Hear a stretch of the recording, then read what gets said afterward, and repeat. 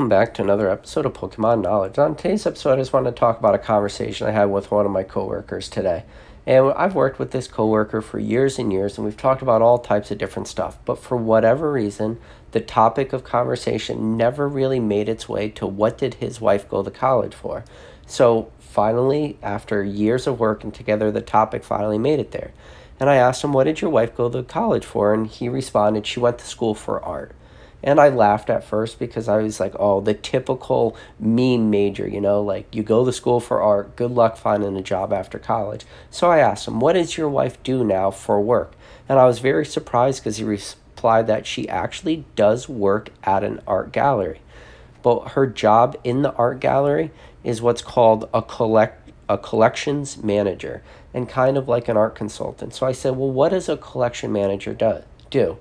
And he responded that pretty much she gets hired by, clients to go to their houses or see their collections, to categorize them, to check for any kind of damage, to see if anything, is potentially missing or needs to be restored or whatever the topic might be. And sometimes as a collection manager, she'll work with the actual artists to do different stuff. So it was all fascinating stuff.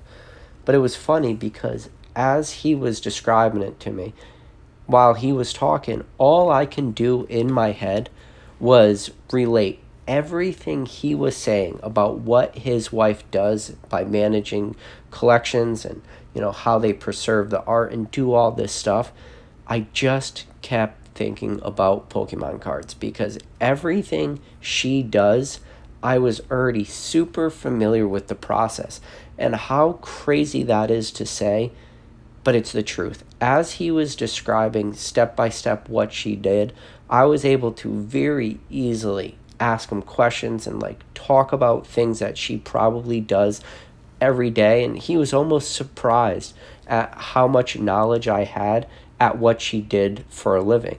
But the fact is that for my collection, and I'm sure you guys run into this daily, in order to categorize our collections, protect our collections, list our collections, and do all the stuff that we have to do as Pokemon card collectors, it very quickly, and I was actually very amazed at how smooth the transition was to fine art. And when he was talking about collections of some of her clients, I was curious. I said, what's the absolute high end of somebody's art collection worth? And he said, well, there's one person in their town, which their town's pretty high end.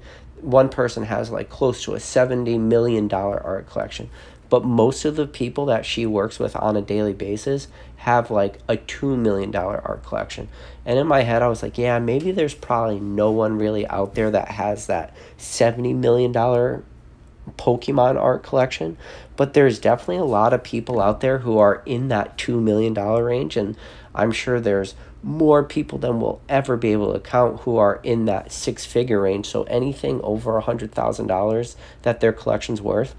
But even when he was talking about people having to keep their collections climately controlled and stuff, in my head I'm like, man, I've been having to be very mindful of keeping my collection at a climate control level for as long as I could think, and knowing the ideal situations and the things that, maybe somebody wouldn't normally think about when it comes to just storing their Pokemon cards. I'm sure there's a million people out there who probably have boxes of Pokemon cards in their attic or in their dungy basement or tucked away in their garage, or, having constant exposure to extreme heats in the summer and extreme colds in the winter. But as a collector, I'm very mindful of the climate, and I'm sure you guys are listening and you're thinking the same thing. Yes, you're very mindful of this stuff. And we always go the next step to protect our cards, and yeah, that next step probably being grading our cards and having them encapsulated and having whatever the condition is at the time of grading. Because when you send a card for grading, whatever the condition of that card is at the moment it is encapsulated will be the greatest condition that card will ever be in. Meaning that no matter what, the condition of that card will never get better over time, the work, it will always get worse over time. So by encapsulating that card, we're really just protecting our collections. And then he also mentioned for some of his wife's higher end clients, he'll send away a lot of their art pieces to museums and let them be on exhibit.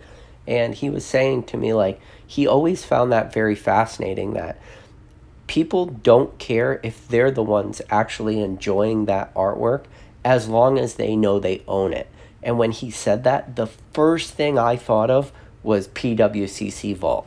And as you guys probably know by now, right now I think PWCC is running a special that any card you send valued at over $250, they'll store it in their PWCC Vault for free forever, which they've ran a couple of these specials now, and I guess they have some of the lower tier cards you could send them away forever at a one-time $3 fee. So it is funny that he was talking about people sending their works of art away, and even though they weren't enjoying it, it was still like a psychological thing in their head knowing they own it. And guys, when we send our cards away for PWCC into the vault, I'm not talking about PWCC to the auction, I'm talking about to the vault to have our cards like protected and stored. You know, a lot of times people do that for multiple of reasons. You know, you have it there, it's a very smooth transition in order to list them into one of their auctions and all the stuff. But at the same time, it's almost a peace of mind knowing your cards are protected, but at the same time, you still own them. So I thought that was very fascinating too, how smooth that transition was for me to understand as well. But as the conversation progressed too, I explained to him, like, yes, while I enjoy artwork, I wouldn't want to like have some crazy expensive painting because I would never really be able to enjoy it enough. And don't get me wrong, like, I definitely like a Pollock or a Van Gogh or a Michelangelo or a Claude Monet or, one of these other famous artists. Yeah. Do I enjoy their artworks? Yeah. Do I appreciate them? Yes. But would I ever have $1 million Vincent Van Gogh hanging on my wall because I just really enjoy it?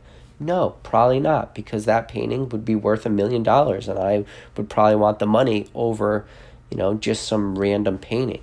But when it comes to Pokemon cards, I was thinking, man, this must be the same exact feeling people get when I try to explain to them, why I'm so passionate about Pokemon cards, when I explain to them the artwork and the characters. And, you could talk about a Rita or a Sugimori, like, you could explain until I'm blue in the face to these people why these cards are so important to me. And yeah, maybe they'll look at them the same way I'll look at a fine art painting and say, yeah, that's nice, but wait, this is worth how much money? So it is funny that I'm able to see like these similarities, but to me, to, get rid of my collection as a whole, no matter what the dollar amount is, and yeah, I guess hypothetically you can put a dollar amount on my collection that would be high enough where I would give away my entire collection.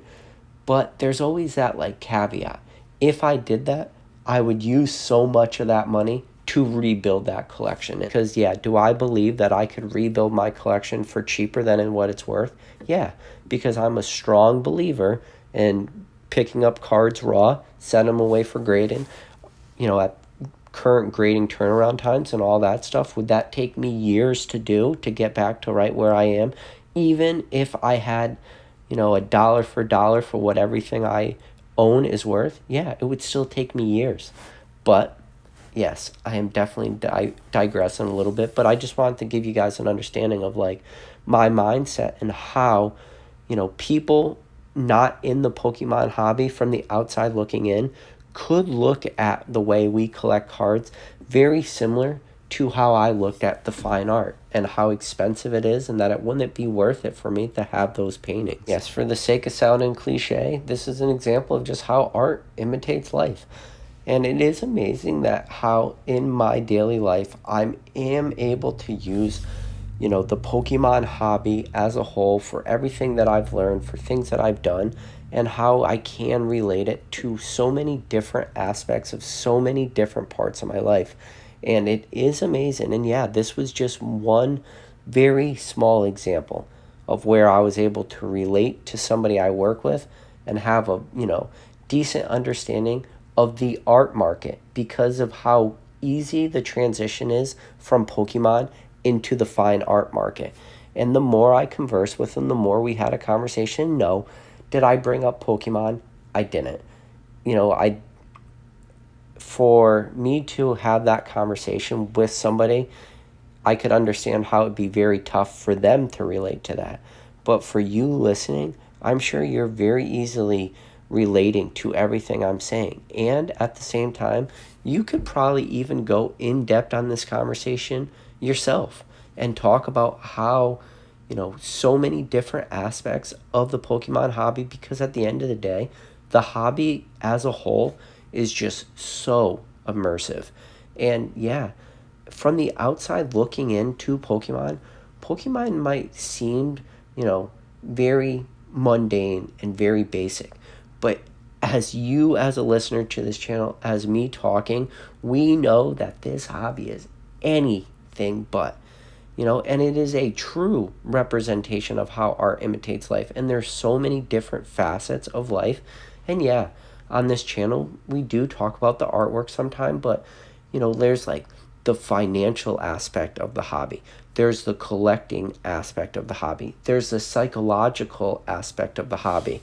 There's like the horde mentality versus the single collector, but versus that FOMO versus the high-end collector versus a low-end collector versus the child just getting into the hobby versus the person re-entering versus the person that's been here for 5 years. And, you name it. There's just so much. This hobby as a whole is just absolutely astonishing how immersive it is and how much of my daily life not just revolves around Pokemon, but is in some way affected by Pokemon, and vice versa.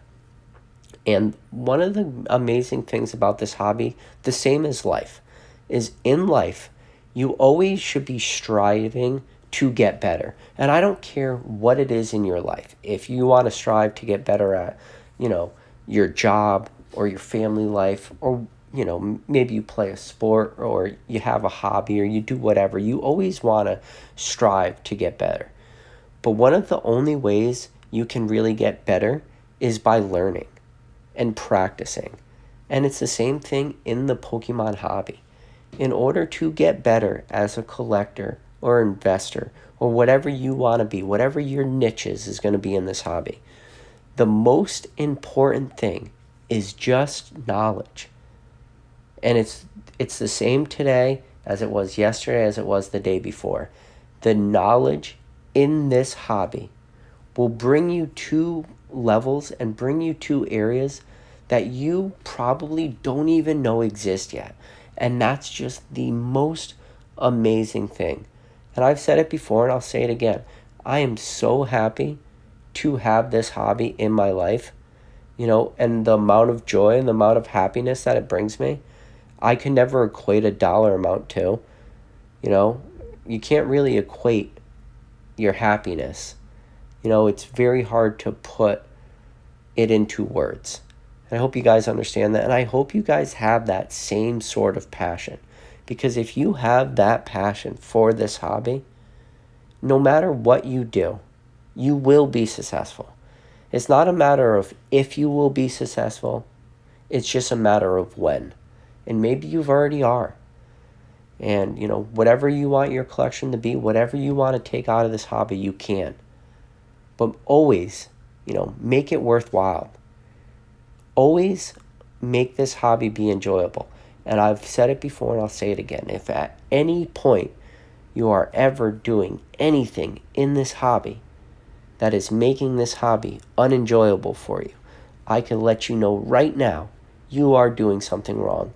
Because to not have fun, to not enjoy this hobby, would be the biggest travesty you could ever commit. But hey, listen, guys, I just wanted to have a conversation, tell you about a conversation that I had today. But listen, if you guys are new to this channel, you somehow made it to this point in the video, do me a favor. Go down below, hit that subscribe button. But if you guys are subscribed to this channel, do me a favor, hit the like button. But more importantly, go down in the comments. Let me know, do you see this art imitating lifestyle the message I was trying to portray in this video. But other than that, I'll catch you guys on the next video.